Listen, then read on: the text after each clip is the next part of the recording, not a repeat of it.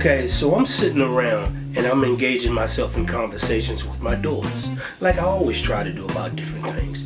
And so this particular time we're sitting around and we're talking about the song by Childish Gambino called Redbone. And she says to me, she says, Dad, you know where they got that music from, right? I'm like, where they get it from? You tell me.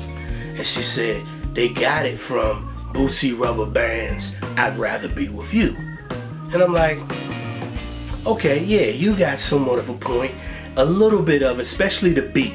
The beat is very, very much similar, like where it puts you in the same mood of Bootsy Rubber Band's I'd Rather Be With You. But to take it even further, this music, and I had to, every time we get in these conversations, I always have to, we bring up YouTube clips and, you know, compare stuff. So I had to show her, this music you're hearing though, the beat may sound a lot like I'd Rather Be With You, not necessarily the music. If you listen to this Isaac Hayes song called Look of Love, that's where you're gonna hear the music come from. You know what I'm saying? And she may, of course, that's way before her time, Look of Love, but if she listens to it, then she'll hear it. A lot of people may know the Isaac Hayes song from the, be more familiar with it from the movie Dead Presidents. Just like the Childish Gambino song Redbone, a lot of people recognize it from the movie Get Out. So anyway, as we're in this conversation, I have to remind her, okay, I may be old and stuff, but I do kind of know what's going on. I know Childish Gambino's music, stuff like Redbone, Sweatpants, Freaks and Geeks, you know, stuff like that. I'm familiar with him. You know, I'm hip, shorty. You know what I'm saying? We can have this conversation because I'm hip. So I know Childish Gambino music, but I'm not sure what Childish Gambino look like. I hear the stuff through, you know, with my daughters and stuff play around. And I'm not sure with him. So finally we pull up a picture, or video rather, and I'm like, wait a minute, that's Donald Glover, Jason from the Mystery Team, Troy from Community, Ern from Atlanta. So wait a minute, you mean to tell me Childish Gambino is Donald Glover? Now see, I didn't know that. And see, once I got that information, it blew my head like, wow, good grief. But it also put me in the mind of something that I had thought about a while ago, and it came back and reminded me through that conversation. The older you get, the more you realize that it's kids that really keep you in the know of things in the pop culture. Now this is something I discovered a while ago while my daughters were younger. And of course I discovered that in having conversations with them. The first instance was when I found out who Nicki Minaj was.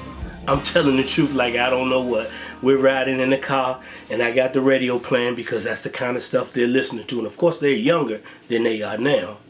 And a song by Nicki Minaj comes on and they going off. You know, they love Nicki Minaj and all that. She the greatest female rapper that ever lived. You know what I'm saying? And I had to kind of school them on that. You know, I had to kind of say, yeah, Nicki Minaj, I mean, y'all think she great, but there's been a lot of great people before her. And one person I brought up for an example is MC Lyte. Now, of course, MC Lyte was before their time, so they had no clue who I'm talking about. You know, so as we go home, we go to the computer, and I have to, once again, compare the music. You know, they pull up some Nicki Minaj songs, I pull up some MC Lyte songs. And once they start hearing the MC Lyte stuff, they come to the realization, yeah, Dad, you got a point. This MC Lyte is hot. She's fire. And actually, there was one song that they did recognize, which was an MC Lyte song called Light as a Rock. And of course, where they recognize that from? A movie, Love and Basketball. I also think about a time when they were much younger. And of course, when they were much younger, and of course their mom and I had went our separate ways, so they would spend time over there and then spend time with me. Now when they would spend time with me, I would try to find ways that we can enjoy stuff together, watch some stuff on TV or whatever.